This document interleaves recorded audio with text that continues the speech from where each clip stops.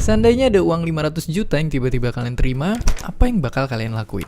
Apakah beli mobil baru, jadi modal buat bikin usaha, atau ditabung terlebih dahulu? Tentu jawabannya macam-macam, tapi yang jelas apapun pertimbangannya, pasti itu semua udah dipikirin dalam-dalam.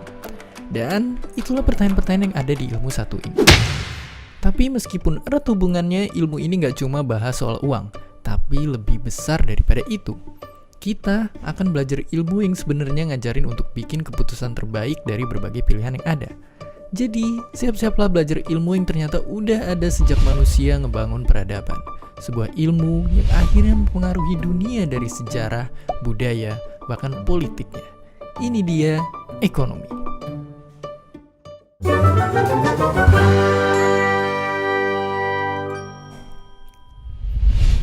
Ilmu ekonomi sederhananya adalah ilmu tentang pilihan.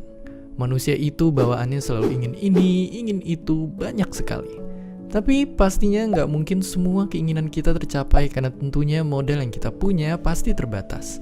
Mau itu modal uang, modal tenaga, ataupun modal waktu. Keputusan untuk apakah misalnya nih ya sederhananya, apakah kita perlu membangun jalan tol atau tidak? Nah, kita mikir kalau kita bangun jalan tol maka harus dihitung dulu dampak ekonominya. Misalnya ini sudah ada kemacetan, kita perlu bangun jalan tol enggak? Nah, sebelum kita bangun jalan tol kita hitung untung ruginya seperti apa. Nah, itu di dalam ekonomi juga dibahas. Mungkin yang sederhananya seperti apa? Sederhananya mungkin seperti ini. Misalnya kenapa sih ketika misalnya menjelang lebaran itu harga telur atau daging naik? Nah, karena yang permintaannya kan banyak kan, karena orang mau lebaran banyak beli daging, beli telur. Nah, di dalam ilmu ekonomi itu dibahas, kenapa itu terjadi kenaikan? Nah, kalau terjadi kenaikan karena banyak permintaan, maka ilmu ekonomi itu akan membahas juga kenapa, bagaimana agar harga itu tidak naik. Maka kita bisa menyiapkan misalnya produksinya seperti apa, gudangnya seperti apa. Makanya, ilmu ekonomi bisa kita ibaratin kayak benda ini. Karena ilmu ini ngajarin kita untuk berpikir keras apa pilihan terbaik yang bisa kita ambil biar keinginan kita tercapai sampai sepuas-puasnya. Dengan usaha sekecil-kecilnya. Semua itu dilakukan lewat banyak pertimbangan, mulai dari alasan yang bikin kita pengen ngelakuinnya, sampai apa aja kerugian yang timbul gara-gara ngejar keinginan itu. Dan disadarin atau enggak, dasar-dasar ilmu ekonomi sebenarnya kita terapin setiap hari pas kita dihadapin pilihan. Tapi bedanya kalau udah berurusan sama benda ini, tentunya pilihan kita nggak boleh diputusin pakai perasaan aja. Supaya akurat, kita bisa pakai angka-angka dan data. Dan ini diterapin di semua kegiatan yang berhubungan sama keuangan. Nggak cuma di warung, tapi juga perusahaan besar, bahkan sampai di tingkat negara. Ya, bisa kita anggap ilmu ekonomi itu penasehat kita. Tapi pastinya wujudnya bukan kulit kerang yang bisa ngejawab pertanyaan, melainkan grafik, angka, dan diagram. Ilmu ekonomi jadi alat yang bisa kita andalin untuk ngadepin pilihan-pilihan sulit tentang mengelola keuangan. Dan itu nggak cuma sekarang, tapi juga dari dulu, bahkan hingga ke masa depan. Dahulu kala, bahkan ketika uang belum ada, ekonomi lahir dari perdagangan. Maju selangkah dari sistem barter, orang-orang Mesopotamia biasa nitipin harta mereka di kuil supaya aman dan sebagai gantinya dapat surat jaminan tanda penitipan.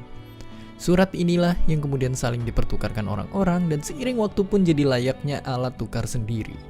Alat tukar resmi pertama yang dicatat sejarah muncul di daerah bernama Babilonia, tapi bentuknya bukan uang, melainkan logam perak. Tiap kali belanja, kita mesti nimbang berat bongkahan peraknya dulu. Barulah di tanah bernama Lydia, uang dalam bentuk koin pertama populer dan bikin kita nggak perlu lagi nimbang-nimbang berat logam atau bingung mastiin apakah logam perak itu murni atau enggak. Sistem inilah juga yang kemudian dipakai Yunani dan Romawi kuno. Kalau uang yang kita kenal sekarang ada wajah-wajah para pahlawan, itu semua berkat raja yang satu ini yang maksa semua orang nerima dipakainya uang tersebut. Karena kalau ada yang nolak, itu sama aja kayak merendahkan sang raja. Sang raja lalu runtuh. Tapi caranya bertahan. Tentara yang besar bikin persebaran ekonomi yang kuat. Itu pula yang bikin kerajaan Romawi berjaya karena punya pasukan tetap yang digaji dengan garam atau bahasa latinnya salarium.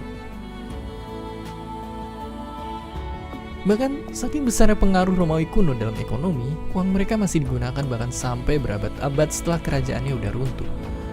Kemudian kita sampai di abad pertengahan, di kota bernama Florence. Ada keluarga bankir yang jadi raksasa di dunia keuangan. keluarga de Medici namanya. Berhasil menguasai kekuatan ekonomi berarti punya kekuatan politik. Keturunan keluarga ini kemudian nyebar ke negara-negara Eropa lain, nularin ilmu mereka ke sana. Inilah juga yang jadi penyebab waktu itu Inggris dan Belanda bisa jadi bangsa yang sangat kuat. Orang-orang yang pintar ekonomi di sana didengar suaranya dan jadi penasihat para raja.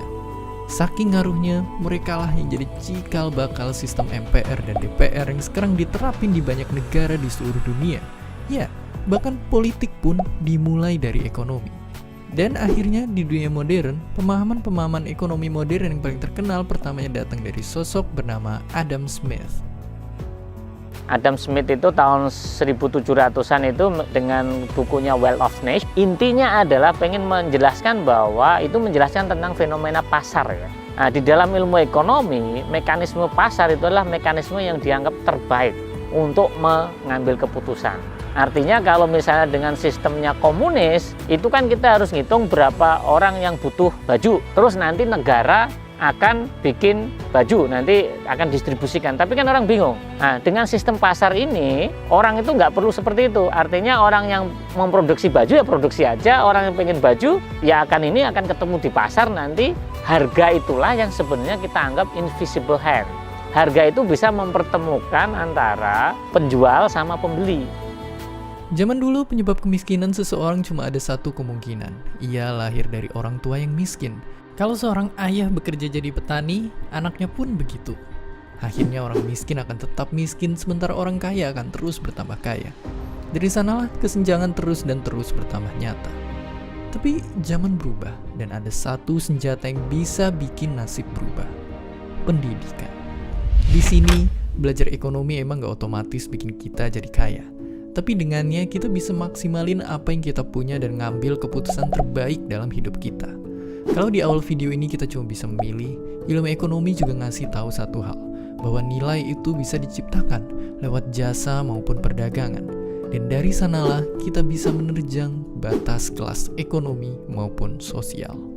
Itulah dia ilmu ekonomi, yang menjadi alasan suatu bangsa bisa maju sekaligus alasan suatu bangsa bisa hancur kalau nggak pinter gunainnya. Dan setelah ini kita akan semakin perdalam pengetahuan tentang bangsa itu sendiri, tentang gimana masyarakat menjalani pemerintahan dan membangun negara, atau tentang gimana seseorang bisa mendapatkan kekuasaan. Sampai bertemu di ilmu politik.